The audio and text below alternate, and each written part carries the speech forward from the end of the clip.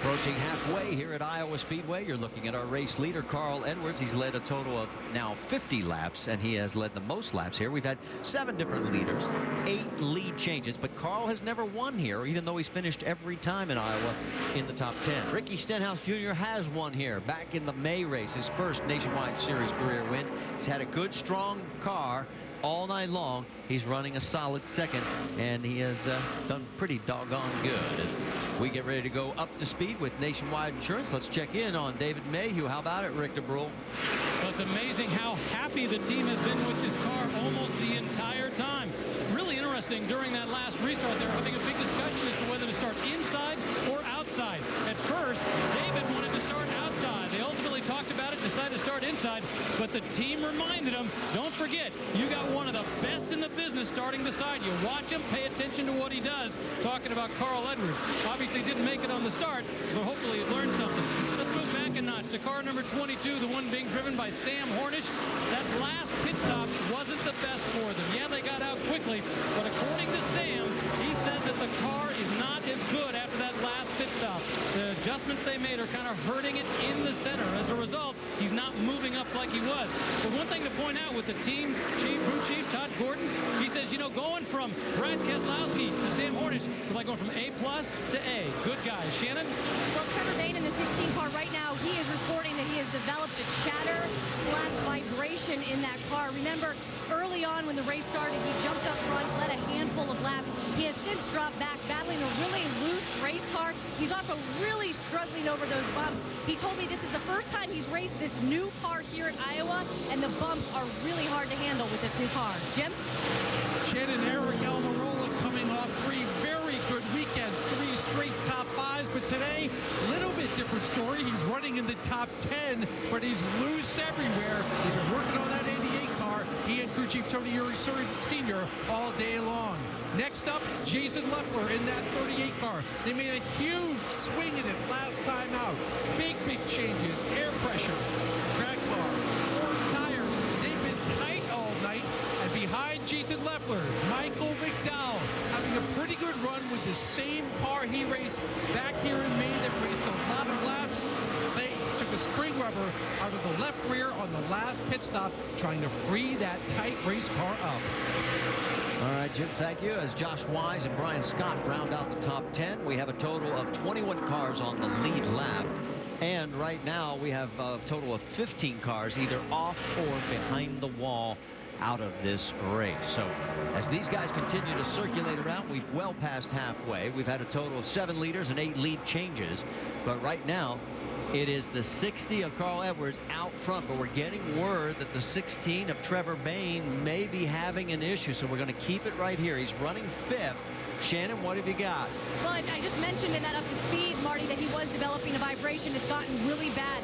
The team told him it was his decision as to whether he wanted to come down. He said it's the right rear over the radio just now and told his team he is going to bring it down and they're going to make a 4-tire change.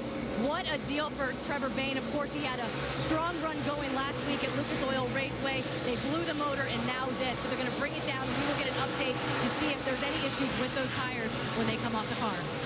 And obviously on a 7/8 mile track, he is going to lose at least 1 lap, depending on how long this pit stop takes. There goes Carl Edwards flying by. Yeah, vibration and a chatter typically mean that the tire is coming apart and starting to chunk, we call it, where it loses some of the rubber blister.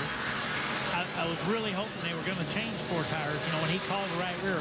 But how many times is a bitch hit throughout your career when you know which tire is wrong, but turns out you're wrong and it's one or something, you know, it's the left rear.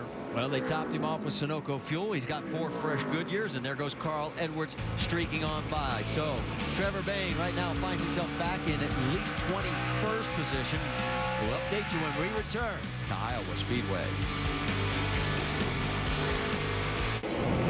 Let's take a look at our 5-hour energy rapid recap. Get you caught up so far. Elliott Sadler's had a tough day. Started on the pole, dropped quickly out of the top 5.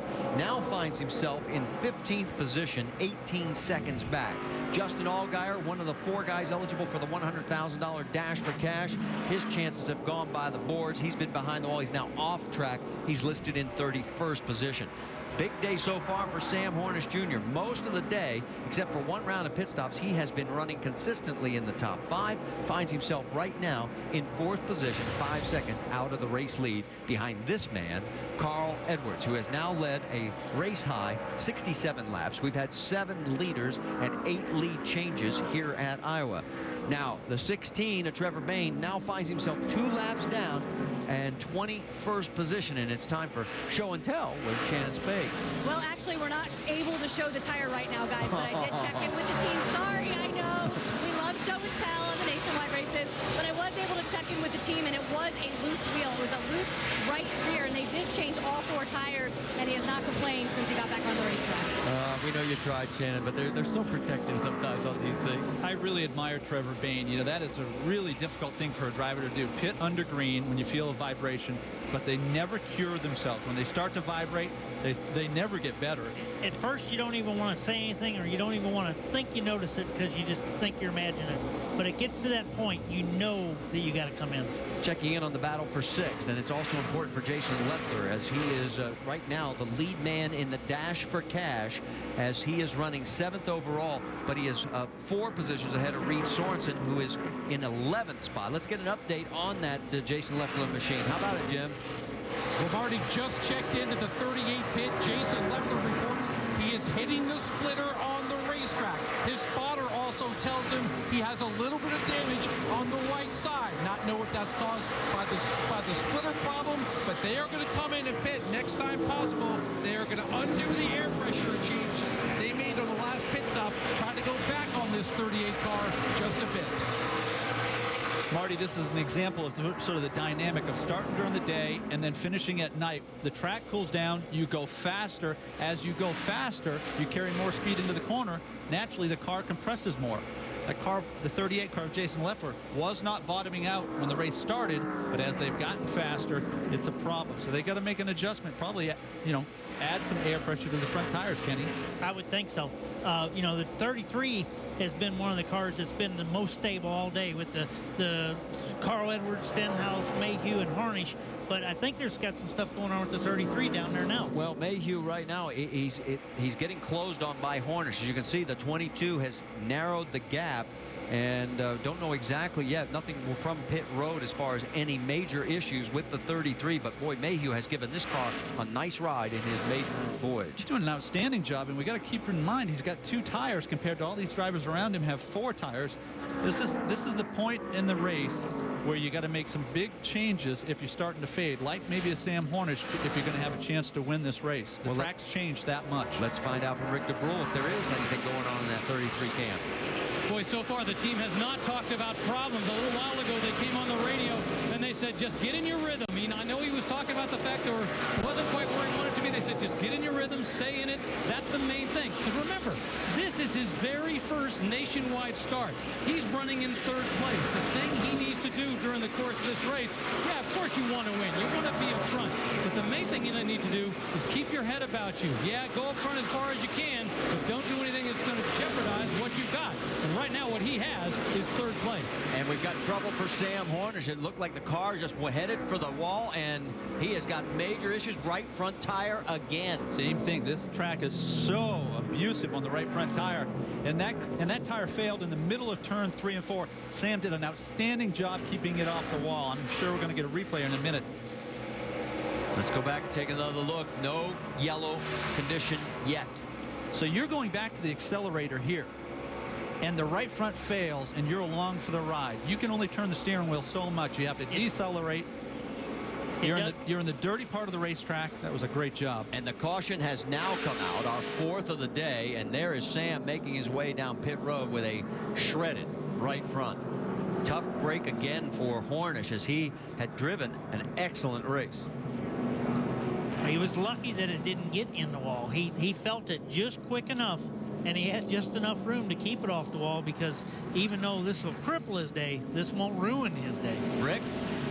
Yeah, it's important to point out that's exactly what he came on the radio and said just a moment ago. They were asking him, did you hit the wall? Did you hit anything? He said, no.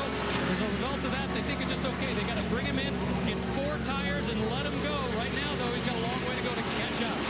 And you could see it from your position, Rick, but the right front brake rotor was on fire. Some of that leftover rubber that was shredded got on the hot rotor and caught on fire. Nothing major there. That'll blow itself out, unlike last week, which ended up being a fuel line from Justin Allgaier. So our fourth caution of the day, Hornish right now will go a lap down as a result of this. And here comes everybody as pit road is open here on lap number 154. Let's send it down to Jim Noble. All right, crew chief Mike Beam has called for a 4-tire stop and a slight air pressure adjustment for Carl Everett. Carl, a little tight center, a little free, especially into turn 3 on that last run. Look at a full load of Snowville Racing Fuel as well. Ahead of him, Eric Almirola. The car really came to life on that last green flag run. 4 tires, slight chassis adjustment for Almirola. Shannon. And Ricky Stenhouse's story for him is he really needs to drive off. Right now, they made a track bar adjustment. And another story, they said pack it full of fuel and start saving as soon as you get off pit road. Rick?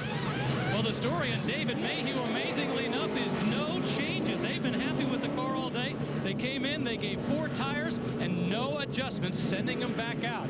Boy, that's a nice car when you're making all these stops with no changes.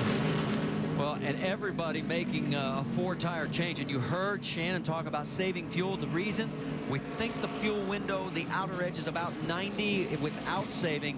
We've got 96 laps to go, and we're under caution. Get ready. It could play a factor again.